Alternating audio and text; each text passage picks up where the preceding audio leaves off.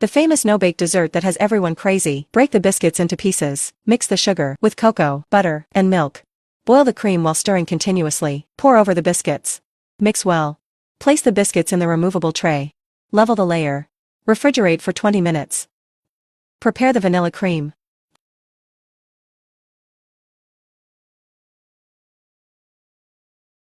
Cool the cream for 20 minutes. Pour over the biscuits.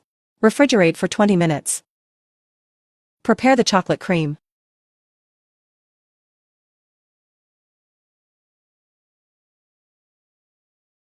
Cool the cream for 20 minutes. Pour the chocolate cream into the tray. Refrigerate for an hour.